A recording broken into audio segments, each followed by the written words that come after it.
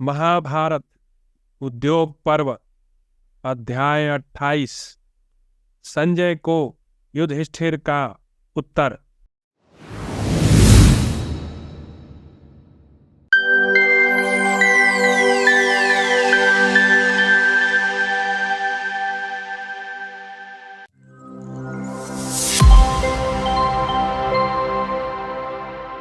युधिष्ठिर बोले, संजय, सब प्रकार के कर्मों में धर्म ही श्रेष्ठ है।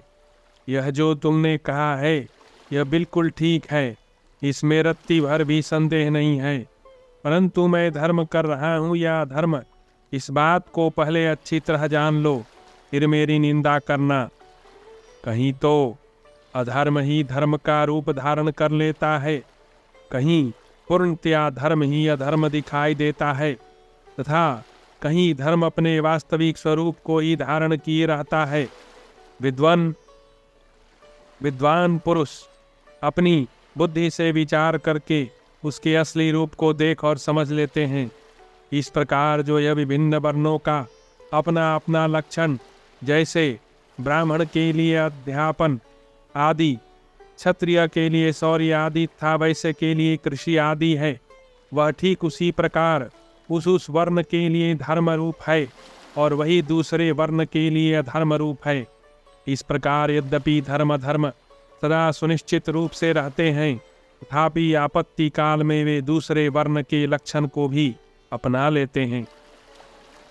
प्रथम वर्ण ब्राह्मण का जो विशेष लक्षण याजन और अध्यापन आदि है, वह उसी के लिए प्रमाणभूत है।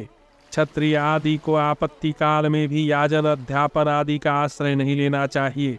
संजय, आपद धर्म का क्या स्वरूप है, उसे तुम शास्त्रों के वचनों के द्वारा सुनो। प्रकृति जीविका के साधन का सर्वथा लोप हो जाने पर जिस वृत्ति का आश्रय लेने से जीवन की रक्षा एवं सत्कर्मों का अनुष्ठान हो सके, जीविकाहीन पुरुष उसे अवश्य अपनाने की इच्छा करे। संजय, जो प्रकृति स्वभाव स्थिति में स्थित होकर भी आपद धर्म का आश्रय लेता है, वह अपनी लोभ वृत्ति के कारण निंदनीय है, तथा जो आपत्तिग्रस्त होने पर भी उस समय के अनुरूप शास्त्रोक्त साधन को अपनाकर जीविका नहीं चलाता है, वह जीवन और कुटुंब की रक्षा न करने के कारण ग्रहणीय होता है। इस प्रकार ये दोनों तरह के लोग निंदा के पात्र होते हैं। सूत, जीविका का मुख्य साधन न होने पर ब्राह्मणों का नाश हो जाए, ऐसी इच्छा रखने वाला विधाता ने जो उनके लिए अन्य वर्णों की वृत्ति से जीविका चलाकर अंत में प्रायश्चित करने का विधान किया है, उस पर दृष्टिपात करो। फिर यदि हम आपत्ति काल में भी स्वाभाविक कर्मों में ही लगे हों और आपत्ति काल न होने पर भी अपने वर्ण के विपरीत कर्मों में स्थित हो रहे हों, तो उस दशा में हमें देखकर तुम अवश्य हमारी निंदा करो। मनीषी पुरुषों को सत्व आदि के बंधन से मुक्त होने के लिए सदा ही सत्पुरुषों का आश्रय लेकर जीवन निर्वाह करना चाहिए, यह उनके लिए शास्त्रीय विधान है। परंतु जो ब्राह्मण नहीं है तथा जिनकी ब्रह्म विद्या में निष्ठा नहीं है, उन सब के लिए सबके समीप अपने धर्म के अनुसार ही जीविका चलानी चाहिए। यज्ञ की इच्छा रखने वाले मेरे पूर्व पितामह आदि तथा उनके भी पूर्वज उसी मार्ग पर चलते रहे हैं जिसकी मैंने ऊपर चर्चा की है, तथा जो कर्म करते हैं वे भी उसी मार्ग से चलते आए हैं। मैं भी नास्तिक नहीं हूँ, इसलिए उसी मार्ग पर चलता हूँ, उसके सिवा दूसरे मार्ग पर विश्वास नहीं रखता हूँ।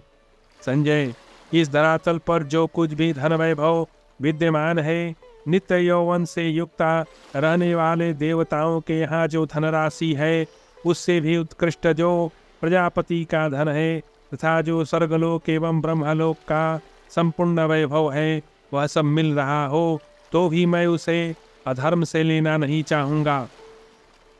यहाँ धर्म के स्वामी कुशल नीतिज्ञ ब्राह्मण भक्त और मनीषी भगवान श्री कृष्ण बैठे हैं, जो नाना प्रकार के महान बलशाली क्षत्रियों तथा भोजवंशियों का शासन करते हैं।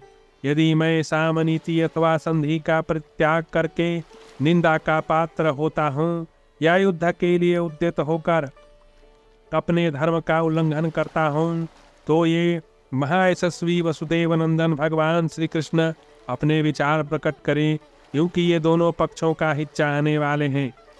ये सात्तकी, ये चेदी देश के लोग, ये अंधक, वृष्णि, भोज, कुक्कुर तथा संजय वंश के क्षत्रिय इन्हीं भगवान वासुदेव की सलाह से चलकर अपने शत्रुओं को बंदी बनाते, सुहृदों को आनंदित करते हैं। श्री कृष्ण की बताई हुई नीति के अनुसार बर्ताव करने से वृष्णि और अंधक वंश के सभी उग्रसेन आदि क्षत्रिय इंद्र के समान शक्तिशाली हो गए हैं तथा सभी यादव मनस्वी, सत्यपरायण, महान बलशाली और भोग सामग्री से संपन्न हुए हैं। पौंड्रक, वासुदेव के छोटे भाई काशी नरेश, बब्रू श्री कृष्ण को ही शासक बंधु के रूप में पाकर उत्तम राज लक्ष्मी के अधिकारी हुए हैं। भगवान श्री कृष्ण बब्रू के लिए समस्त मनोवांछित भोगों की वर्षा उसी प्रकार करते हैं जैसे वर्षा काल में मेघ प्रजाओं के लिए जल की वृष्टि करता है। तात संजय, तुम्हें मालूम होना चाहिए कि भगवान श्री कृष्ण ऐसे प्रभावशाली और विद्वान हैं। ये प्रत्येक कर्म का अंतिम परिणाम जानते हैं। ये हमारे सबसे बढ़कर प्रिय तथा श्रेष्ठतम पुरुष हैं। मैं इनकी आज्ञा का उल्लंघन कभी नहीं कर सकता। संजय की बात को सुनकर प्रत्युत्तर देते हुए श्री कृष्ण का उसे धृतराष्ट्र के लिए चेतावनी देना। अध्याय 29। भगवान श्री कृष्ण ने कहा, सूत संजय, मैं जिस प्रकार पांडवों को विनाश से बचाना, उनको ऐश्वर्य दिलाना तथा उनका प्रिय चाहता हूँ, उसी प्रकार अनेक पुत्रों से युक्त राजा धृतराष्ट्र का भी अभ्युदय चाहता हूँ। सूत, मेरी भी सदा यही अभिलाषा है कि दोनों पक्षों में शांति बनी रहे। कुंती कुमारों, कौरवों से संधि करो, उनके प्रति शांत बने रहो। इसके सिवा दूसरी कोई बात मैं पांडवों के सामने नहीं कहता हूँ। राजा युधिष्ठिर के मुंह से भी ऐसा ही प्रिय वचन सुनता हूँ और स्वयं भी उसी को ठीक मानता हूँ। संजय, जैसा कि पांडुनंदन युधिष्ठिर ने प्रकट किया, राज्य के प्रश्नों को लेकर दोनों पक्षों में शांति बनी रहे, यह अत्यंत दुष्कर जान पड़ता है। पुत्रों सहित धृतराष्ट्र जिस राज्य में आसक्त होकर उसे लेने की इच्छा करते हैं, इसके लिए इन कौरवों पांडवों में सलाह कैसे नहीं बढ़ेगा। संजय, तुम यह अच्छी तरह जानते हो कि मुझसे और युधिष्ठिर से धर्म का लोप नहीं हो सकता। तो भी जो उत्साहपूर्वक स्वधर्म का पालन करते हैं तथा शास्त्रों में जैसा बतलाया गया है उसके अनुसार ही कुटुंब में रहते हैं, उन्हीं पांडु कुमार युधिष्ठिर के धर्मलोप की चर्चा या आशंका तुमने पहले जिस आधार पर की है, गृहस्थ आश्रम में रहने की जो शास्त्रोक्त विधि है, उसके होते हुए भी इसके ग्रहण अथवा त्याग के विषय में वेदज्ञ ब्राह्मणों के भिन्न भिन्न विचार है। कोई तो गृहस्थाश्रम में रहकर कर्मयोग के द्वारा ही परलोक में सिद्धि लाभ होने की बात बताते हैं। दूसरे लोग कर्म को त्याग कर ज्ञान के द्वारा ही सिद्धि मोक्ष का प्रतिपादन करते हैं। विद्वान पुरुष भी इस जगत में भक्ष्य भोज्य पदार्थों को भोजन किए बिना तृप्त नहीं हो सकता। अतएव विद्वान ब्राह्मण के लिए भी क्षुधा निवृत्ति के लिए भोजन करने का विधान है। जो विद्याएं कर्म का संपादन करती हैं, उन्हीं का फल दृष्टिगोचर होता है, दूसरी विद्याओं का नहीं। विद्या तथा कर्मों में भी कर्म का ही फल यहाँ प्रत्यक्ष दिखाई देता है। प्यास से पीड़ित मनुष्य जल पीकर ही शांत होता है, उसे जानकर नहीं। अतः गृहस्थाश्रम में रहकर सत्य कर्म करना ही श्रेष्ठ है। संजय, ज्ञान का विधान भी कर्म को साथ लेकर ही है, अतः ज्ञान में भी कर्म विद्यावान है। जो कर्म से भिन्न कर्मों के त्याग को श्रेष्ठ मानता है, वह दुर्बल है, उसका कथन व्यर्थ है। ये देवता कर्म से ही स्वर्गलोक में प्रकाशित होते हैं। वायुदेव कर्म को अपनाकर ही संपूर्ण जगत में विचरण करते हैं। तथा सूर्य देव आलस्य छोड़कर कर्म द्वारा ही दिन रात का विभाग करते हुए प्रतिदिन उदित होते हैं। चंद्रमा भी आलस्य त्याग कर मास पक्ष तथा नक्षत्रों का योग प्राप्त करते हैं। इसी प्रकार जातवेदा अग्नि भी आलस्य रहित होकर प्रजा के लिए कर्म करते हैं। पृथ्वी देवी भी आलस्य शून्य हो बलपूर्वक विश्व के इस महान भार को ढोती है। ये नदियां भी आलस्य छोड़कर संपूर्ण प्राणियों को तृप्त करती हुई शीघ्रता पूर्वक जल बहाया करती है।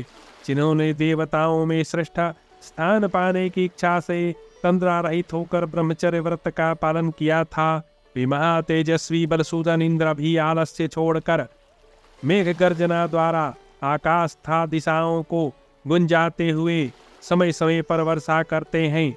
इंद्र ने सुख तथा मन को प्रिय लगने वाली वस्तुओं का त्याग करके सत्कर्म के बल से ही देवताओं में उच्च स्थिति प्राप्त की है। उन्होंने सावधान होकर सत्य, धर्म, इंद्रिय संयम, सहिष्णुता, समदर्शिता तथा सबको प्रिय लगने वाले उत्तम बर्ताव का पालन किया था। इन समस्त सद्गुणों का सेवन था सबको प्रिय लगने वाले उत्तम बर्ताव का पालन किया था। इन समस्त सद्गुणों का सेवन करने के कारण ही इंद्र को देव सम्राट का श्रेष्ठ पद प्राप्त हुआ है। इसी प्रकार बृहस्पति जी ने भी नियम पूर्वक समाहित एवं संयचित होकर सुख का परित्याग करके समस्त इंद्रियों को अपने वश में रखते हुए ब्रह्मचर्य व्रत का पालन किया था। इसी सत्कर्म के प्रभाव से उन्होंने देवगुरु का संपादित पद प्राप्त किया है। आकाश के सारे नक्षत्र सत्कर्म के ही प्रभाव से प्रलोक में प्रकाशित हो रहे हैं। रुद्र, आदित्य, वसु तथा विश्वदेवगण भी कर्म बल से ही महत्व को प्राप्त हुए हैं। सूद, यमराज, विश्रवा के पुत्र कुबेर, गंधर्व, यक्ष तथा अप्सराएं भी अपने अपने कर्मों के प्रभाव से स्वर्ग में विराजमान है। ब्रह्म ज्ञान था ब्रह्मचर्य कर्म का सेवन करने वाले महर्षि भी कर्म बल से ही परलोक में प्रकाशमान हो रहे हैं। संजय, तुम श्रेष्ठ ब्राह्मण, क्षत्रिय, वैश्य था संपूर्ण लोकों के उस सुप्रसिद्ध धर्म को जानते हो। तुम ज्ञानियों में भी श्रेष्ठ ज्ञानी हो, तो भी तुम कौरवों की स्वार्थ सिद्धि के लिए क्यों वागजाल फैला रहे हो। राजा युधिष्ठिर का वेद शास्त्रों के साथ स्वाध्याय के रूप में सदा संबंध बना रहता है। इसी प्रकार अश्वमेध तथा राजसूय आदि यज्ञों से भी उनका सदा लगाव रहता है। ये धनुष और कवच से भी संयुक्त है। हाथी, घोड़े आदि वाहनों, रथों और अस्त्र शस्त्रों की भी इनके पास कमी नहीं। ये कुंती पुत्र यदि कौरवों का वध किए बिना ही अपने राज्य की प्राप्ति का कोई दूसरा उपाय जान लेंगे तो भीमसेन को आग्रह पूर्वक आर्य पुरुषों के द्वारा आचरित सद्व्यवहार में लगाकर धर्म रक्षारोप पुण्य का ही संपादन करेंगे। तुम ऐसा समझ लो। पांडव अपने बाप दादों के कर्म, छात्र धर्म, युद्ध आदि में प्रवृत्त हो यथाशक्ति अपने कर्तव्य का पालन करते हुए यदि दैवश मृत्यु को भी प्राप्त हो जाए तो इनकी वह मृत्यु उत्तम ही मानी जाएगी। यदि तुम शांति धारण करना ठीक समझते हो तो बताओ, युद्ध में प्रवृत्त होने से राजाओं के धर्म का ठीक ठीक पालन होता है या युद्ध छोड़कर भाग जाने से? क्षत्रिय धर्म का विचार करते हुए तुम जो कुछ भी कहोगे मैं तुम्हारी वही बात मानने को उद्यत हूँ। संजय, तुम पहले ब्राह्मण आदि चारों वर्णों के विभाग था, उनमें से प्रत्येक वर्ण के अपने अपने कर्म को देख लो, फिर पांडवों के वर्तमान कर्म पर दृष्टिपात करो। तत्पश्चात जैसा तुम्हारा विचार हो उसके अनुसार इनकी प्रशंसा अथवा निंदा करना। ब्राह्मण अध्ययन, यज्ञ एवं दान करे था, प्रधान प्रधान तीर्थों की यात्रा करे, शिष्यों को पढ़ावे, यजमानों का यज्ञ करावे था, शास्त्र विहित प्रतिग्रह दान स्वीकार करे। इसी प्रकार क्षत्रिय स्वाध्याय यज्ञ दान करे, किसी से किसी भी वस्तु की याचना न करे, वह न तो दूसरों का यज्ञ करावे न अध्यापन का कार्य करे। यही धर्मशास्त्रों में क्षत्रियों का प्राचीन धर्म बताया गया है।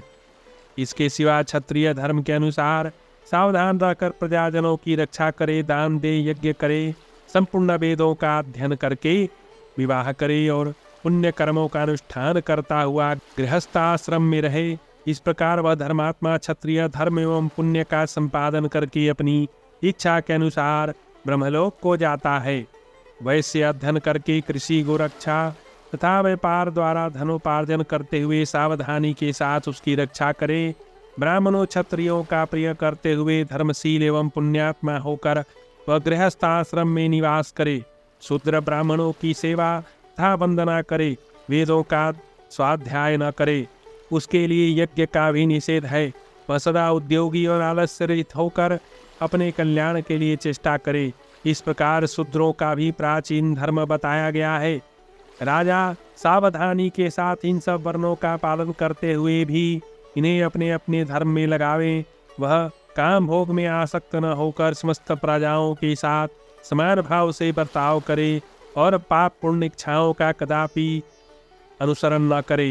यदि राजा को यह ज्ञात हो जाए कि उसके राज्य में कोई सर्वधर्म संपन्न श्रेष्ठ पुरुष निवास करता है, तो वह उसी को प्रजा के गुण दोष का निरीक्षण करने के लिए नियुक्त करे तथा उसके द्वारा पता लगावे कि मेरे राज्य में कोई पाप कर्म करने वाला तो नहीं है।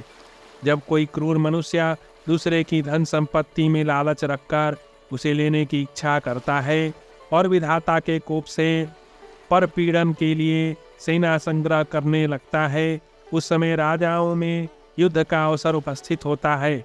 उस युद्ध के लिए ही कवच, अस्त्र शस्त्र, धनुष का आविष्कार हुआ है। स्वयं देवराज इंद्र ऐसे ऐसे लुटेरों का वध करने के लिए कवच, अस्त्र शस्त्र, धनुष का आविष्कार किए हैं। राजाओं को लुटेरों का वध करने से पुण्य की प्राप्ति होती है। संजय, कौरवों में यह लुटेरेपन का दोष तीव्र रूप से प्रकट हो गया है, जो अच्छा नहीं है। वे अधर्म के तो पूरे पंडित हैं, परंतु धर्म की बात बिल्कुल नहीं जानते।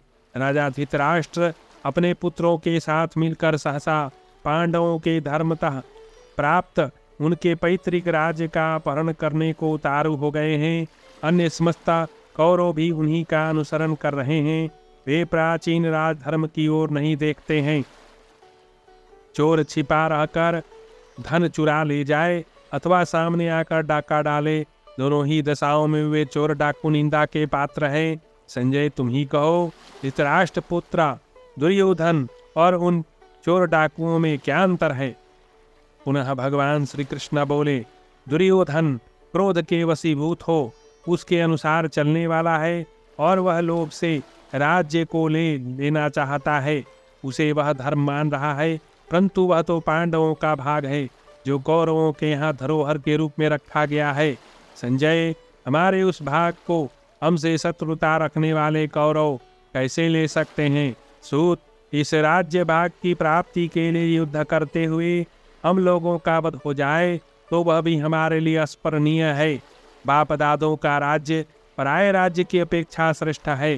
संजय, तुम राजाओं की मंडली में राजाओं के इन प्राचीन धर्मों का कौरवों के समक्ष वर्णन करना। दुर्योधन ने जिन्हें युद्ध के लिए बुलाया है, वे मूर्ख राजा बल के मत से मोहित होकर मौत के फंदे में फंस गए हैं। संजय, भरी सभा में कौरवों ने जो यह अत्यंत पापपूर्ण कर्म किया था, उनके उस दुराचार पर दृष्टि डालो। पांडवों की प्यारी पत्नी यशस्विनी द्रौपदी, जो शील सदाचार से संपन्न है, रजस्वलावस्था में सभा के भीतर लाई गई, परंतु भीष्म आदि प्रधान कौरवों ने भी उसकी ओर देखेक्षा ही दिखाई। यदि बालक से लेकर बूढ़े तक सभी कौरव उस समय दुशासन को रोक देते तो राजा धृतराष्ट्र मेरा अत्यंत प्रिय कार्य करते तथा उनके पुत्रों का भी प्रिय मनोरथ सिद्ध हो जाता।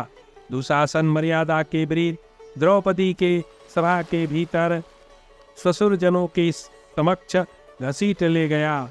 द्रौपदी ने वहां जाकर कातर भाव से चारों ओर करना दृष्टि डाली, परंतु उसने वहां विदुर जी के सिवा और किसी को अपना रक्षक नहीं पाया।